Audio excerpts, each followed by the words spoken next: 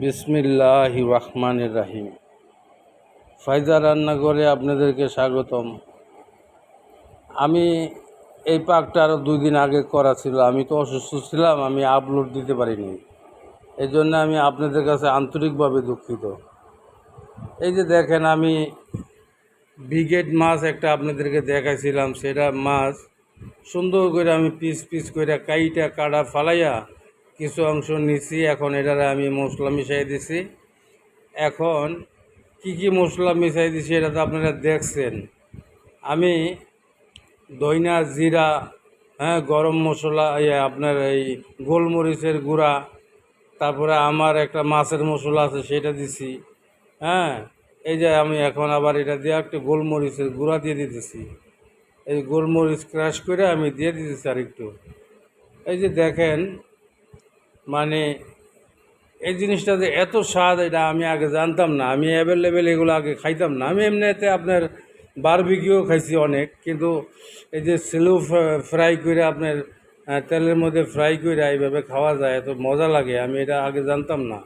মানে আপনারা বিশ্বাস করবেন না, আমার কাছে এত মজা লাগছে, আমি আপনাদেরকে বইলা বুঝাইতে পারব না। আমি নিজে খাইছি, আপনারা দেখবেন আমার খাইতে। এই যে দেখেন, আমি ময় মশলা সব দিয়ে দিছি আমি এখন। এই যে আরেকটু গোলমরিচ দিয়ে দিলাম, কারণ গোলমরিচটা দিলে কি ভালো ফ্লেভার আসে আর জিনিসটা ভিতর পর্যন্ত যায়। এখানে আমি এগুলো দিয়েই কিন্তু আমি ফ্রাই করি নি। আমি অনেকক্ষণ আপনার ম্যারিনেশন করছি। ম্যারিনেশন করার পরে আমি মানে চুলায় আইছি ফ্রাই করতে। আর আমি কি করব বলেন, আমি এই যে ভিডিওটা অনেকভাবে চেষ্টা করছি আমি কিভাবে আরেকটু ছোট করা যায়। এই যে দেখেন, আমি সয়া সস দিয়ে দিছি। আমি এখন সয়া সস দিয়ে দিছি। সয়া সস দিয়ে দিছি। এখন আমি সুন্দর করে ওটা ভালো করে যে আমি একটু দেখেন লেবুর রস দিয়ে দিতেছি। এই যে লেবুর রস দিয়ে দিতেছি।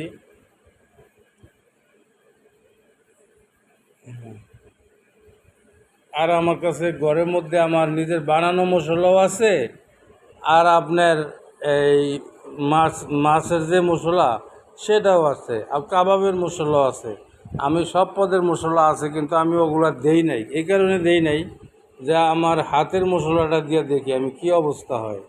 ওই যে দেখেন কত লেবু, লেবুর অভাব নাই আমার গাছে, মাশাআল্লাহ লেবু আছে।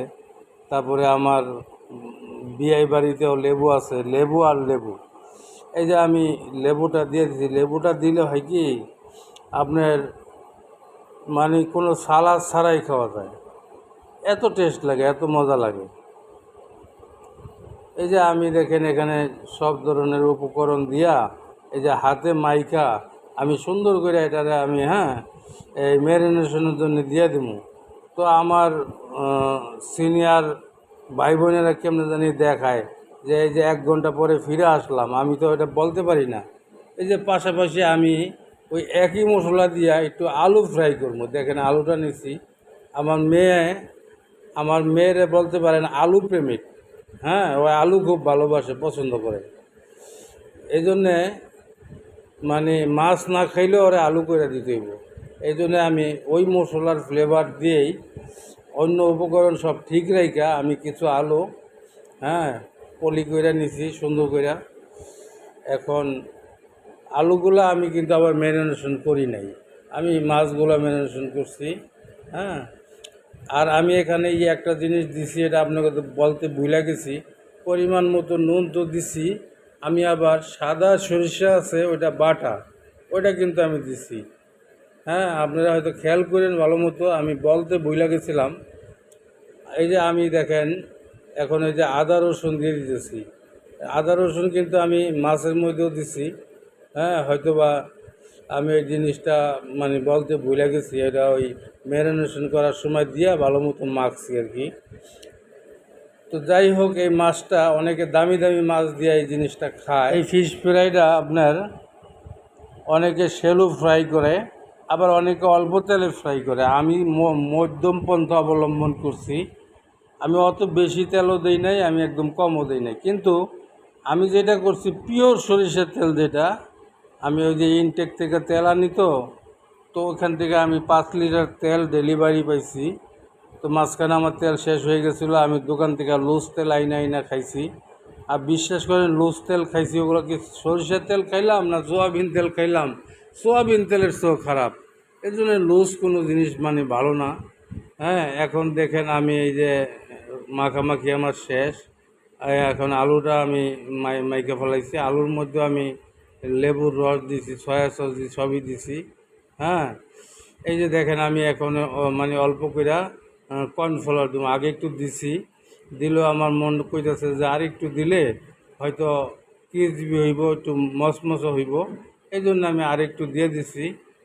তারপরে আমার এখানে মানে আপনার 3 ধরনের সস আছে, আমি 3 ধরনের সস দিছি, 3 ধরনের সস দিছি।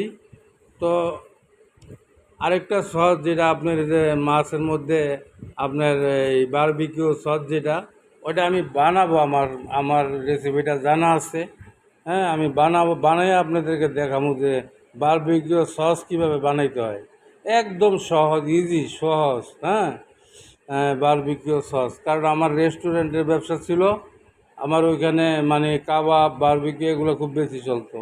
যার কারণে আমি হয়তো নিজে বানাই নাই, বাবুর্চিরা বানাইছে, কিন্তু ওই যে বিয়া না করলে কি হবো, চলনে তো গেছি, নিয়মকানুন তো জানি। এই জন্য আপনাদেরকে আমি দেখাইতে পারম, আমার ওই দেখতে দেখতে আমি অভ্যস্ত হয়ে গেছি গা। হ্যাঁ, আমি কিন্তু প্রফেশনাল বাবুর্চি না, বাট হোটেলের মালিক হিসাবে আমি দেখভাল করছি যে কীভাবে কী করে না করে। এই জন্যে হ্যাঁ, বাবুর্চি বলে রমনার ভাই সব না, আপনি কিন্তু আম করছে কোনো অংশে কম না। কাস্টমার যদি কোনো ভুল ধরে, নুন কম হয়েছে কে, ঝাল কম হয়েছে কে, তখন আমি ওগুলা বাবুর্চি যায় আমি ঠিক করাই। এই যে দেখেন আমি একটা বোতলে ডাইলা নিয়েছি পিওর সরিষার তেল। হ্যাঁ, 5 লিটার তেল তো আর একসাথে রাখা যায় না, আমি এই যে বোতলের মধ্যে ডাইলা নিচ্ছি। এই যে দেখেন আপনারা, একদম কমও দেই নাই, আবার একদম বেশিও দেই নাই, এই পরিমাণ তেল দিয়া আমি এখন এই যে মানে ব্রিগেড মাছটা এমন সুন্দর করে আমি ডিম দিয়া মাইখা, পরে ওই যে আপনার টোস্ট বিস্কুট কিংবা পোয়া রুটি দিয়ে আমি নিজে বানাই লইছি ওইটা। হ্যাঁ, ওটা অনেকে হোম বেড কয়, আমি কি কমু জানি না। হ্যাঁ, কারণ এটা যখন যখন দোকান থেকে আইনা বানায় নেওয়া যায়, একটু চুলার নিচে দিয়ে তাওয়ার মধ্যে হালকা একটু গরম কইরা আপনার ব্লেন্ডারে দিলেই এটা পাউডারের মতো হয়ে যায়, আর দুই একটা এমনিতে দিলেও হয়ে যায় নগদ খাইলে। এই যে দেখেন আমি ডিমের মধ্যে মিশাইয়া, তারপরে ওখানে মানে ওই টোস্ট বিস্কুটের গুঁড়ার মধ্যে মিশাইয়া আমি সুন্দর করে দিয়ে দিতেছি। হ্যাঁ, এই যে তেলটা আমার, আমি চুলাটা আবার আপনার পুরা বাড়ায় দিই নাই, আমি মিডিয়াম আছে দিছি, কারণ আপনার এমনিতেই এটা হচ্ছে আপনার দেখছেন তো আপনারা, আমার যে প্যানটা মাল্টি প্যান, এই প্যানটা এমনিতেই খুব হিট হয়ে যায়। হ্যাঁ, স্টিলের তো খুব হিট হয়ে যায়, যার কারণে আমি চুলা সবসময় লো আছেই রাখছি। তারপর আপনারা দেখেন বাজারটা খুব কড়া হয়ে দিতেছে। তো এই এই জিনিসটা মানে করতে মানে আমার অনেক কষ্ট হয়েছে, কিন্তু তারপর খাওয়ার পরে আমার কষ্ট পোষায় গেছে। আপনারা বিশ্বাস করেন, আমি যখন সস দিয়ে খাইছি, আমার কাছে মনে হয় যে আমি একটা অন্য কিছু খাইলাম। হ্যাঁ, বলে আমি তো এরকম মুরগির কাবাব বানাই, বিভিন্ন কিছু বানাই। হ্যাঁ, তারপরে মাছের বারবিকিউ করি, কিন্তু এই জিনিসটা আমার কাছে মানে আমার খুবই ভালো লাগছে। আমি এই জিনিসটা খাইয়া খুবই মানে শান্তি পাইছি। তো এইভাবে আপনারা যে কোনো মাছ দিয়ে আপনি, অনেক দামি দামি মাছ দিয়ে অনেকে করে, কিন্তু আমার ছেলে বড় একটা মাছ আনছিল, এই জন্য আমি এই মাছটা দিয়া বিভিন্ন আইটেম করছি, আপনাদেরকে মাথা দিয়া মুড়িগন্ডা করে দেখাইছি। তারপরে মাছের পাক তো আমি আগে পরে অনেক দিছি। এই যে দেখেন আমার মাছ হয়ে গেছে, এখন আমার মেয়ের জন্য আলুগুলো আমি দিয়ে দিছি। হ্যাঁ, আলুগুলো ফ্রাইয়ের জন্য আমি দিয়ে দিছি।